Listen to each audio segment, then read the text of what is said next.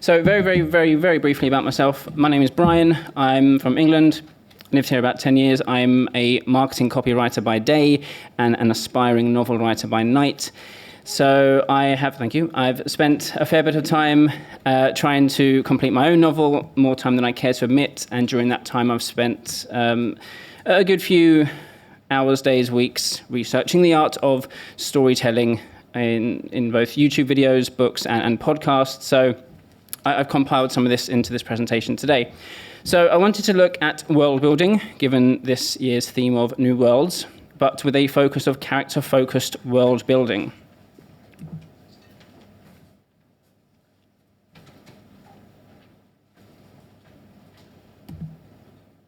World building is a massive topic that covers pretty much every discipline on the planet, but the same aspects that make it fun can make it a huge time sink. We forget to breathe life into what makes people connect with our worlds, complex characters in compelling situations. So this is why I wanted to focus on character-focused world building, because it's so easy to get lost in the how do the sewers work, how many corners do sandwiches have in my world, and all this kind of stuff. But the question of how much is relevant to the characters in my story is a pretty big one. So that's what I'd like to look at with you today. We are going to explore this in 3 parts. We're going to look at your world and how to decide what aspects of your world building to focus on and what challenges can emerge from that world for the characters within it. Then we'll look at the characters, funnily enough. We'll look at ways that we can make them 3-dimensional characters, and then look at how we can give them stakes, which are the things that can go wrong if they fail. And then we'll look at some examples, the specifics of which are to be revealed. So let's start with the world.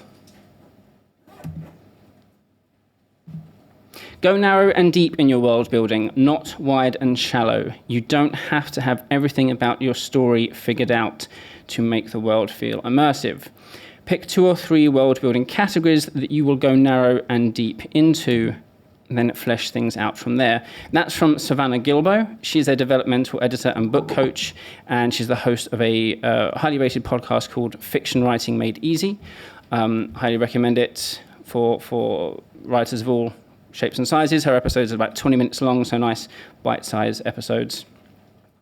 So what she's saying here is that rather than casting a net wide and taking on too much for your world, it's better to pick the focus that are pick the focus areas and then really go deep into those. And she uses the name of the wind as an example here.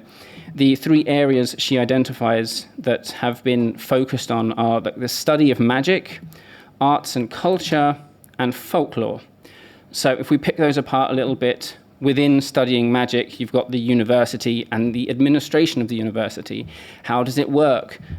Paying tuition, how the lectures and the teachers are structured in this hierarchy and everything like this. The lessons, how they work and how magic is taught within the lessons.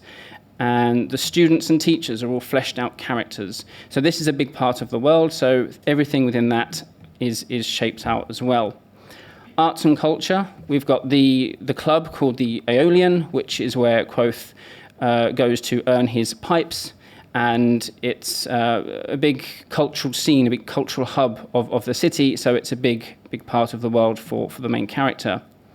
And yet the pipes is something he has to earn to be able to play at the Aeolian and earn his keep. And folklore is a big part of the story. That we've got the creation wars with these 2 factions, the Namers and the 2 factions of Namers, and the Chandrian is a folklore kind of tale that Quoth is trying to investigate. So if we take these aspects and we look at some other stories, we'll find that they obviously appear in many other stories. So let's look at these 3. They're very different in kind of tone and subgenre. We have Fourth Wing, which is like romantasy, but that has strong elements of war, politics, and there's, again, the study of magic. In The Witcher, you've also got the arts and culture. We've got Dandelion, or Jaskier, who is an ally of Geralt, and we get a glimpse into art and culture in that world through him. Folklore, obviously, a big one in The Witcher, because The world's full of monsters, and there's lots of stories, fact, myth, fiction circulating around these monsters. So all aspects that kind of appear in these stories. But let's say that you've picked your world-building focus areas.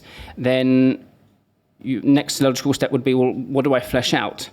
So to answer that question, we could already think ahead to the character-focused aspect. And let's take a look at this video from a YouTuber Think Story. He's got over 700,000 subs, 800 plus videos.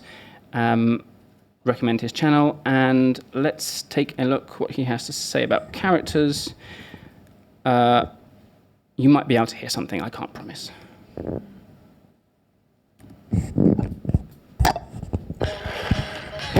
You don't need to hear that, that's a Pepsi advert.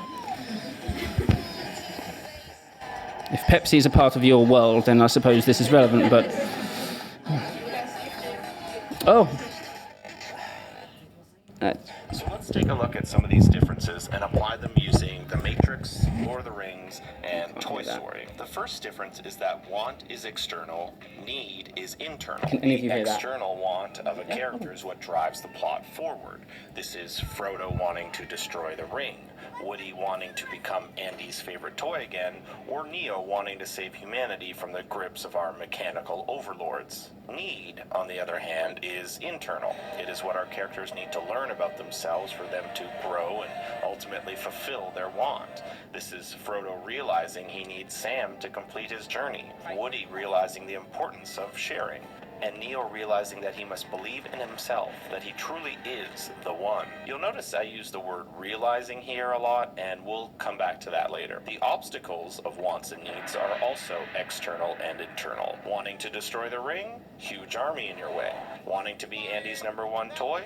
New, cooler toy in the way. Wanting to save humanity from killer machines? A bunch of Agent Smiths. The obstacles for needs are more internal. Okay. No, we don't need that again. So wants are external, needs are internal. The obstacles of wants and needs are also external and internal. So in thinking about what your character wants and what's getting in the way of what the character wants, those external obstacles are parts of your world. So in asking, well, what do I shape up in my world? One question you could ask yourself is, what could get in the way of my character getting what they want? So let's go back to our examples and again look at those world-building focus areas and pick them apart again to see if we can find some wants and external obstacles. So for politics and war, Geralt wants to find Ciri and wants to keep Ciri safe. But there are aspects in the political scene and in terms of the greater war that are kind of getting in Geralt's way. There are different political entities that want Ciri for her political power. She's the heir to Sintra, and she also has this magical blood. And she's kind of, people are after Ciri, and that's obviously an obstacle for Geralt's want. And with folklore, the monsters within this world of The Witcher are presenting threats to everyday life. They kill people, they kill villagers, and although Geralt takes commissions to kill these monsters, it's nonetheless a challenge for him. So moving on to Fourth Wing. 50 minutes. So again, we've got politics and war, romantasy, and the protagonist and her love interest, Xaden, they want to be together. That is their want. But a external obstacle presents itself in the forms of the politics of the world. There are people in charge of making decisions which separate them. They might send one to the front and keep one back at the academy. And the war, even if they are at the front, even if they are fighting together, then the enemy forces posing a risk to their lives are a threat to them being together. Studying magic at Basgiath, there are daily threats on their life. It's a very cutthroat school. So what they want is to survive. That's a pretty reasonable want. The external obstacle to that presents itself through this world building of how the Bascaia school works, how cutthroat the school is, and the fact that the students sometimes are allowed to kill each other. Then let's go back to Name of the Wind. In studying magic, he wants to excel at magic. Quoth is very good at magic, but obstacles arise in the form of how the university actually works. He makes an enemy of someone called Ambrose, who has some say in the administration of the university, so that presents obstacles. For arts and culture, there's competition there. He wants to use music as a way to earn money so he can eat and pay his tuition, but it's a very competitive scene, so that's an obstacle. The story of the Chandrian, he wants to find out who or what the Chandrian is, because this thing allegedly killed his troop, his family, when he was younger. But the university teachers dismiss the Chandrian as a myth, which is an obstacle in and of itself. So he wants to get into the archives of the library, of the university, to see if he can find out more. But again, the internal politics of the university present an obstacle there. So that was the section on your world. We explored the questions of which areas might you want to focus on in your world building, and how can we create challenges that arise from the world that get in the way of your character. Select 2 or 3 world building elements to focus on. Create external challenges for your character that feel organic. In other words, they feel like they belong in the world. Now we'll move on to the characters. We'll explore how we can make them 3-dimensional and give them something called stakes. Again, apologies if you can't hear this, but there is a summary on the following slide. So Lajos Egri is a Hungarian-American playwright. He taught playwriting in New York in 1860. And his book, The Art of Dramatic Writing, is considered to be one of his best. And there's a particular section which is relevant to us for creating 3-dimensional characters. So let's have a listen.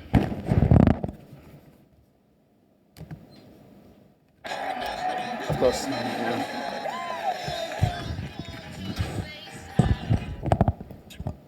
Every object has 3 dimensions: depth, height, width. Human beings have an additional 3 dimensions: physiology, sociology, psychology. Without a knowledge of these 3 dimensions, we cannot appraise a human being. Okay, very short.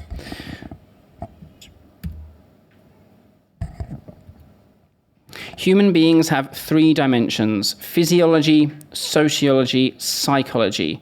Without a knowledge of these 3 dimensions, we cannot appraise a human being. So, these 3 areas, pretty much anything you can think of to do with a person, you could fit into one of these categories or somewhere in between. So when we talk about psychology, that's pretty straightforward. We're talking about their mental state. Their sociology is to do with their upbringing and where they're from, and their physiology is more physical traits and aspects. So we have 6 traits here. We have 3 categories, and it's audience participation time. So from the top, 5 foot 2 inches tall. Which category might that go in? Physiology, exactly. A military upbringing. Sociology. Intelligent. Psychology. Born with a rare condition. Physiology. Could be. Honorable. Psychology. And has 2 siblings. Sociology, yes. And this is an outline of Violet from Fourth Wing. And here's a fan art of her. So if you're familiar with the story, that this is actually her kind of makeup of physiology, psychology, and sociology. So now you've got your character, and you've spent some time fleshing out their psychology, sociology, and physiology. Do you have an interesting character? Probably not yet. You have the foundation of an interesting character, but you need to give them something to do. They need to want something, which is something we've already explored. If they fail at what they want, then we're looking at stakes. So now let's give this video a listen about character stakes. You've written a character with low stakes. If your character fails, what happens? If there's not that big of a tragedy, if they're just, say, losing a job or not getting into like their ideal college, then there's not enough at stake for the reader to care about your character. Here is your mission, if you should choose to accept it. You want at least 4 levels of stakes for each one of your characters. And to illustrate these 4 levels, we're going to look at Tolkien's Lord of the Rings, specifically Frodo. The first level of stakes for Frodo is these global, existential stakes. If Sauron ordains the One Ring, all of Middle-earth will be destroyed. The second level of stakes is more community or group stakes. You have Gondor facing the defeat. You see the elves, their power start to wane. You see Saruman start to corrupt the Shire. And then the third level of stakes for Frodo are the personal external stakes. By carrying the ring into Mordor, he is risking his life and limb. He might be eaten by Shelob. He might be killed by the orcs. But don't forget about the fourth level of stakes, which are his internal or psychological stakes. Frodo is battling the corruption of the ring, and he really fears turning into someone like Gollum. The question he's asking himself is, will I lose myself by going on this journey? So ask yourself whether the stakes are too low for your character, or ask yourself whether you simply don't have enough stakes for your character. It's really hard to write a good character with only one thing at stake.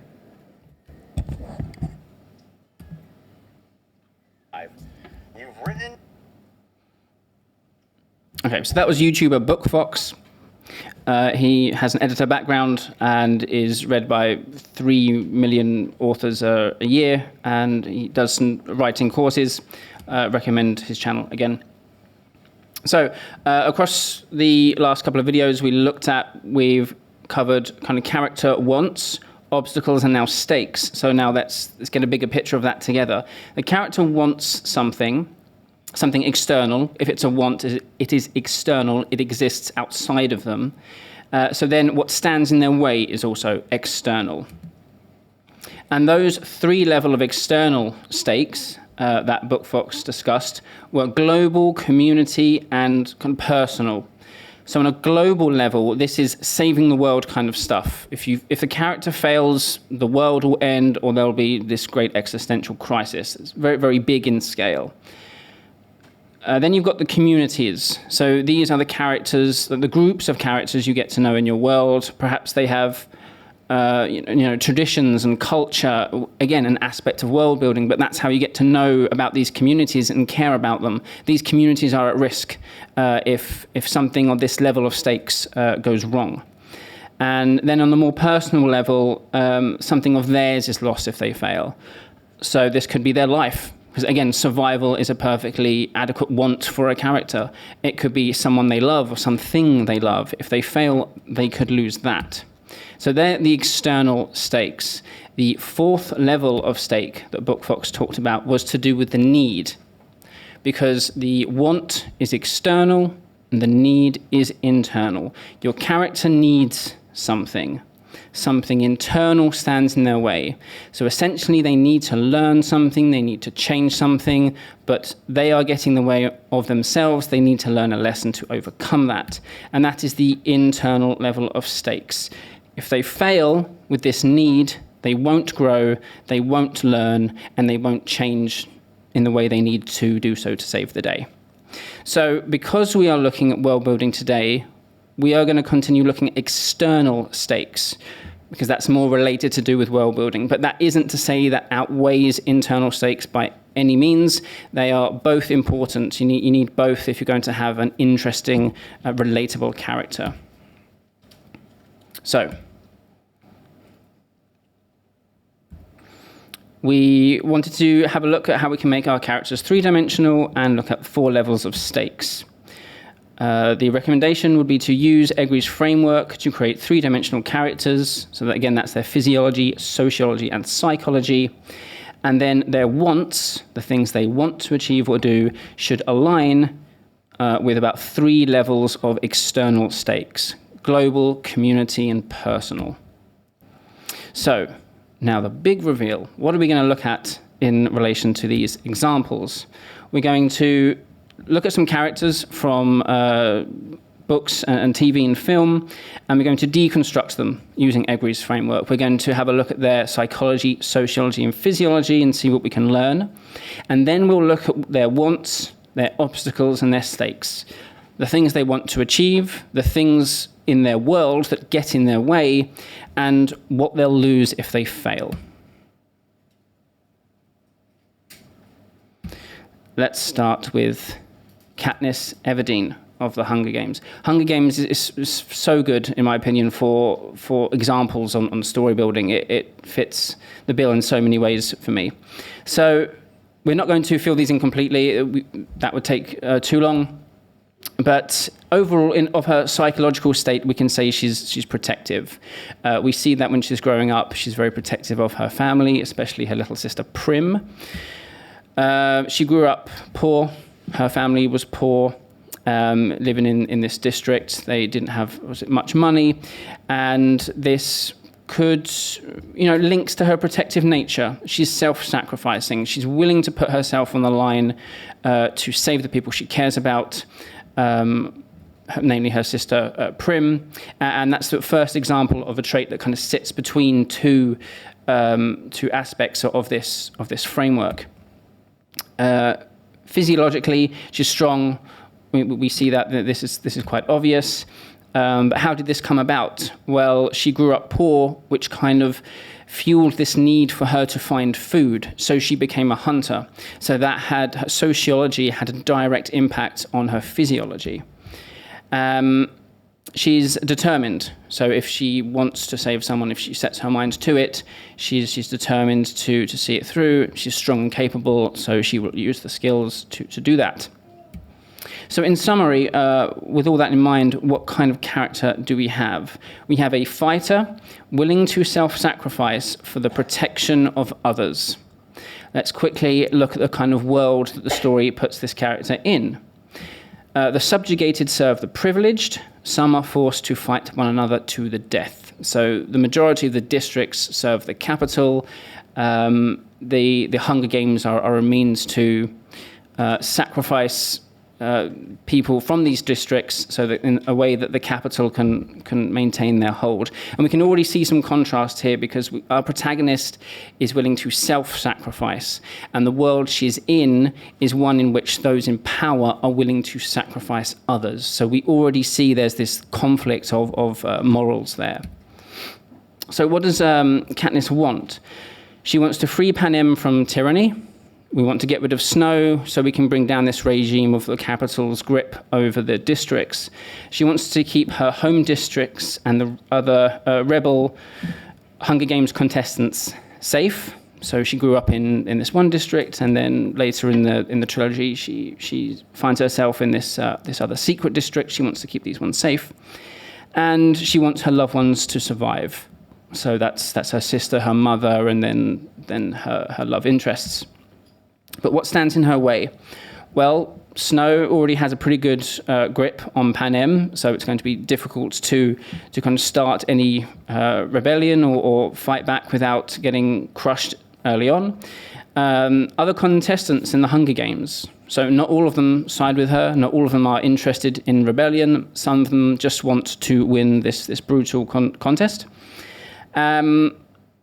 Within the Hunger Games, we have these world-building elements, these threats, tracker-jackers, which are these genetically altered bees which cause you to hallucinate, the game masters which control everything that happens inside the arena, pods which could contain any kind of trap, and Peter. So one of the love interests actually gets jabbed by a tracker-jacker, and in this kind of emotional blow, he's brainwashed into wanting to kill Katniss. And a lot of this comes from world building. How does the world work? What's possible? What's possible for the antagonist to do? And President Coin. So ally at first, but Katniss soon discovers that this President Coin is essentially going to probably turn out the same way as Snow, so she's potentially an obstacle to overthrowing a oppressive regime. So what's at stake?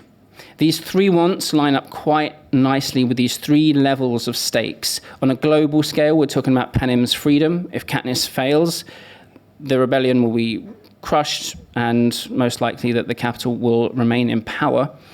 On the community level, we got the districts we talked about. She has allies in and out of the Hunger Games, so those contestants that do decide to side with her. And on a personal level, there's her own survival, which is pretty important in the Hunger Games, and the survival of her loved ones. If she fails to protect the ones she cares about, they are likely to die. So, 10 minutes, run through the rest. Okay, so next let's look at Geralt of Rivia. I'll try to go a bit faster.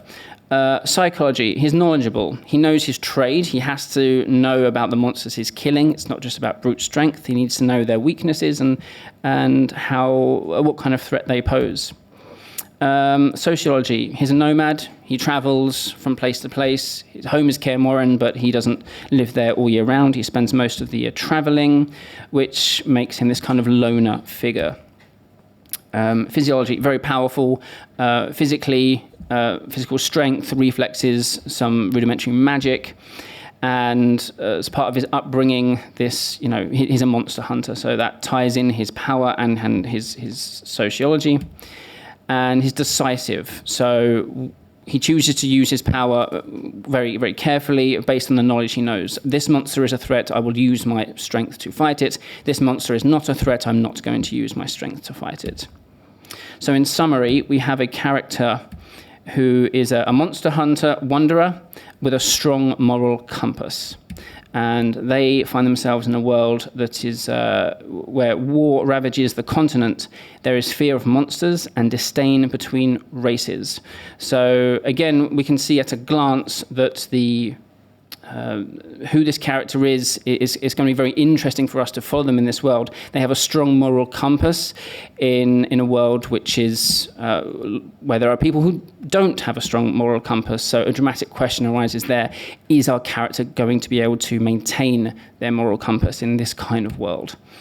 3 levels of wants, maybe, but ultimately it's to find Ciri, right? We want to find Ciri, we want to protect Ciri, destiny, and all this kind of stuff. Lots of things stand in Geralt's way. There's war between the north and the south. Emir is leading his forces from Nilfgaard to invade the north, and Ciri is one of Emir's goals, and that makes just traveling within the continent very difficult. There's war everywhere you look.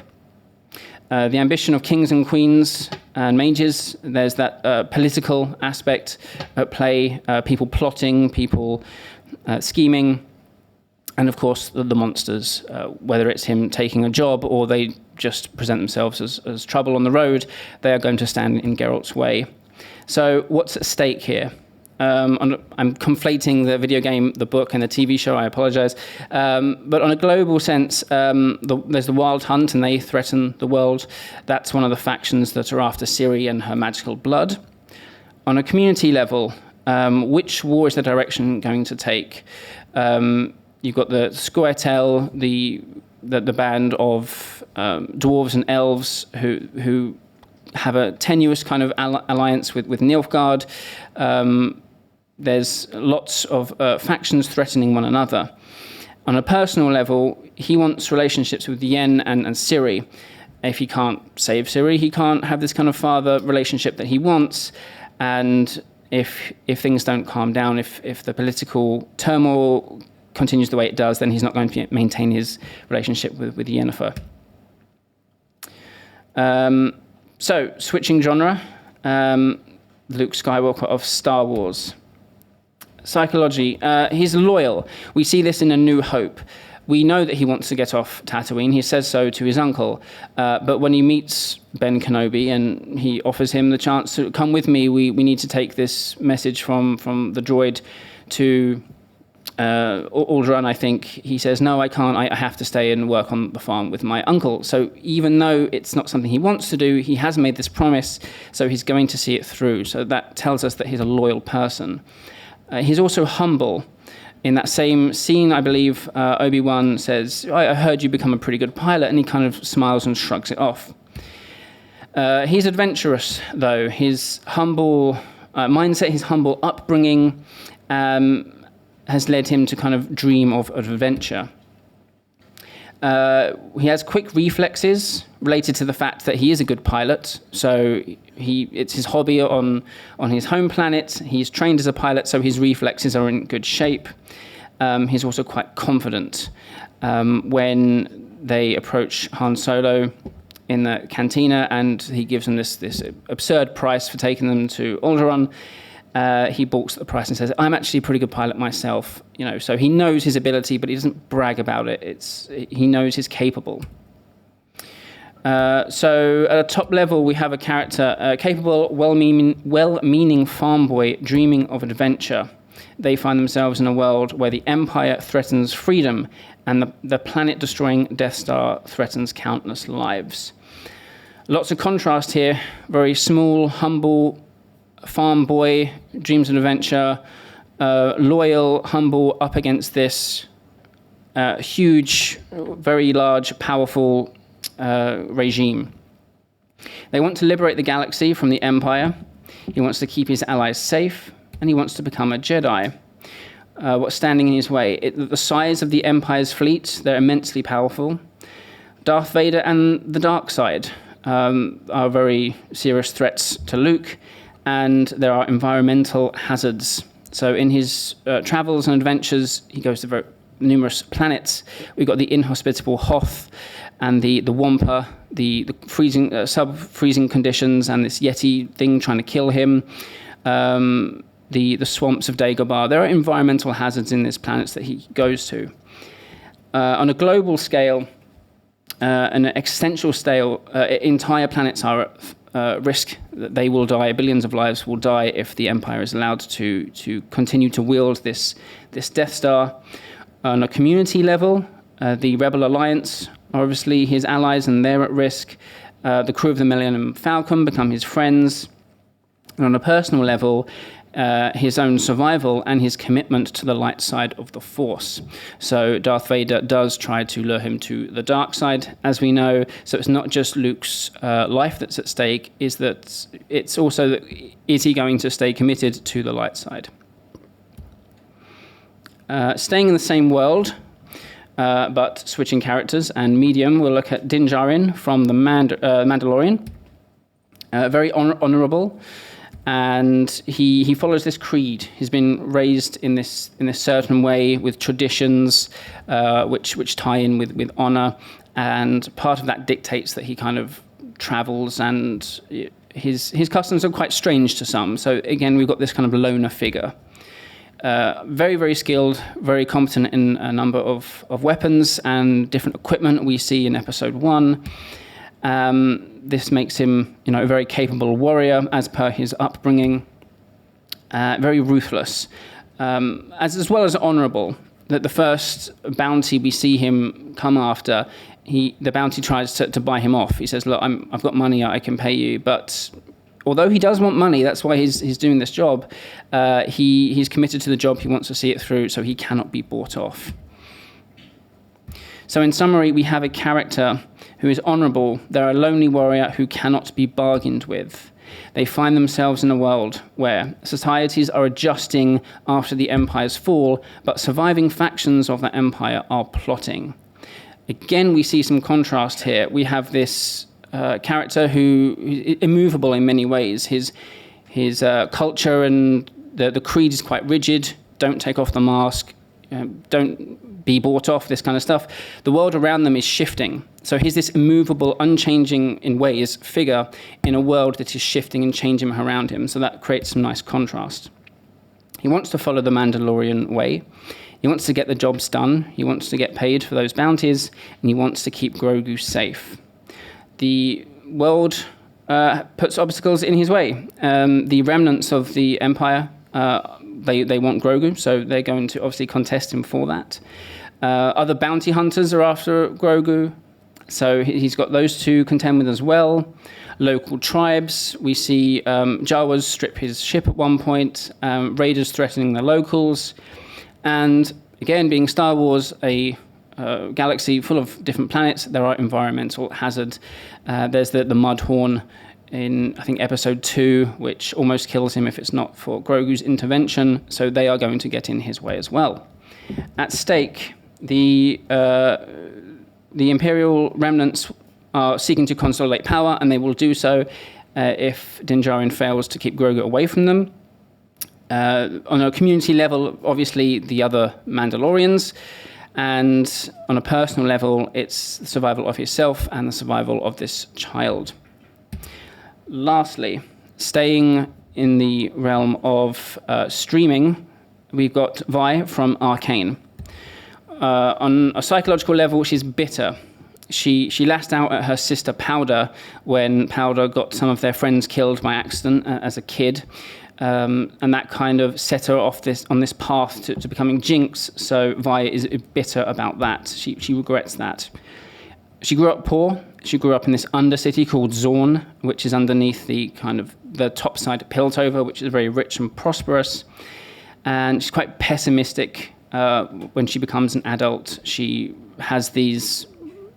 She was raised by Vander, who's this strong peacekeeping figure, but when Vander seemingly dies, I think she starts to wonder, well, are his values strong enough to kind of hold out in this world? Physiologically, very strong. She's a fighter. Streetwise, again, because of her upbringing, she knows the streets. She knows how to survive and thrive there. And quite aggressive, not afraid to swing some punches if it comes to that. In summary, we have a character who is a brawler, angry at themselves and the world around them. Their world is, there's a strong class divide between two halves of the city, and magic is being rediscovered. So what she wants is to protect those she cares about. She wants justice for the Undercity, and she wants to stop Jinx. What gets in her way is we have Silco, who and his gang, an antagonist who also has a want which is aligned with hers. He also wants justice for the Undercity, but he's going about it a very different way. He's going about it in a very violent way. He creates this thing called Shimmer, which is a chemical which essentially turns people into monsters, so that's going to get in Vi's way. The topside enforcers, a lot of them just attack some of the Undercity citizens on site. It gets to that point, gets to that boiling point. And Caitlin, romantic interest, is a topside enforcer. So I would argue that she is an obstacle because now she is kind of forced to reconcile, well, Piltover is my adversary in a sense, but then I have this character that I'm falling in love with, which is representative of their law and order. If she fails, it's all-out war. On a community level, she has characters now in Piltover, Zorn, the Undercity, and Firelights, 3 different factions. She has Echo, her childhood friend, in the Firelights, her Jinx, her sister, who's now kind of fighting for the Undercity, and she has Caitlin from Piltover. So now she has someone on every side of this war that she cares about, and they're all at risk. On a personal level, she could lose her sister forever. So she wants to stop Jinx, of course, but she doesn't want to lose her sister either. So there's obviously a conflict there. We looked at some examples, and what we found was that a character's dimensions, their 3 dimensions, shapes their wants and needs. The external obstacles and external stakes feel like they belong in their world. I won't go through the final tips because we're running out of time, but I am happy to share this presentation with you. So I should have told you earlier, I've seen you taking pictures of slides, but references and me just chilling. There's my Discord. Please drop me a message if you want this presentation. I'll happily share it with you in PDF format. And then if you have any feedback for me, perhaps suggestions, something you might like to see next year, then I'd be very happy to hear it. I am going to really take a couple of minutes for questions, given that we were delayed.